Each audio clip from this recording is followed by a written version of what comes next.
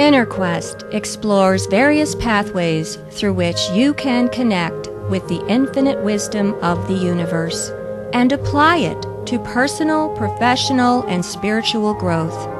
This program, featuring accomplished practitioners, educators, and authors, is provided by Infinity Foundation, an innovative center for holistic studies and research. We invite you to share this journey with us.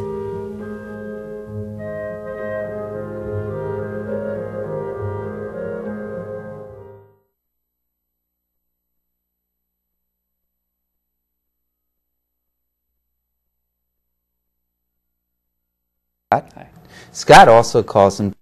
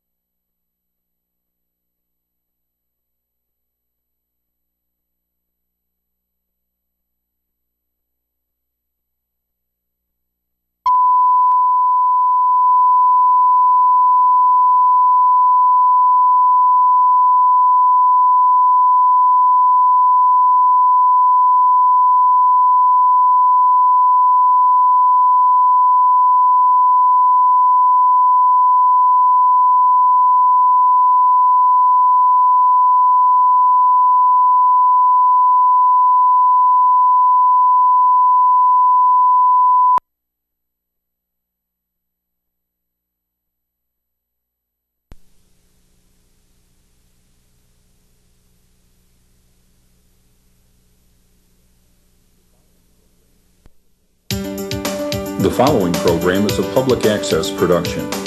Comcast is required to provide time on this channel and make it available pursuant to franchise agreements with the communities we serve. Comcast is not affiliated with the following program or the producers of public access programming and is not responsible for the content. The following program does not reflect the opinions of Comcast or its affiliates.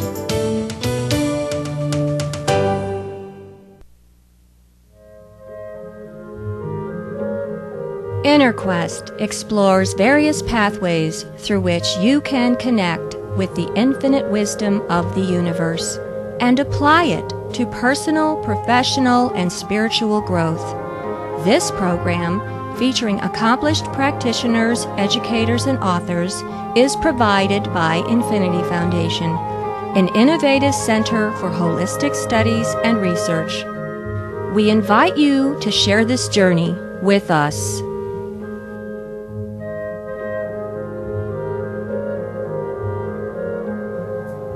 Hello, welcome to InnerQuest. My name is Jay Stone, your host for today, and our guest is Scaughdt, who's also known as the Peace Pilgrim. Welcome, Scaughdt. Greetings. Scaughdt has been on his pilgrimage since 1995. He has traveled to all corners of the globe in search of the truth. Scaughdt has given away most of his material possessions and accepts no money for his services. Scaughdt said that this peace pilgrimage phase of his journey began 3 years ago on the big island of Hawaii. My first question, Scaughdt, is what is a peace pilgrim? Yeah, that's a very good question. That's the question I get asked most often, and that's the hardest one to answer because there's no real title that fits what I'm doing. It's just the best term available. I don't call myself the peace pilgrim, but one of the many peace pilgrims. Most of us know what a pilgrim is, which is someone who takes a spiritual journey to find themselves within, or to harmonize their true self with their surroundings. Well, I was thinking of the pilgrims that came to the United States, but they did come for religious reasons. Basically, yes. Yes. A peace pilgrim is a little different term. It's someone who, instead of having a specific goal in mind or a specific length of journey, they have dedicated their lives to awakening the masses, for lack of a better term, awakening people from their apathy and making the truths of harmony and peace and love practical for people who might have forgotten that they are practical. And that's what I've dedicated my life to doing. Okay. Yeah.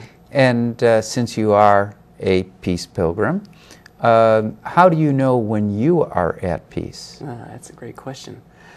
Well, most of us can feel it here in our guts, which is one of the centers of our being. But that's not necessarily where I feel it. Where I feel at one, and when I know that I'm on the right path, I feel it in my heart. It's a warmth.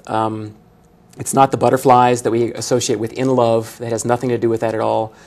And it's not mental peace where you're at calm or you're experiencing physical pleasure. It's felt by me on my journey only during times when I've been selflessly caring for others.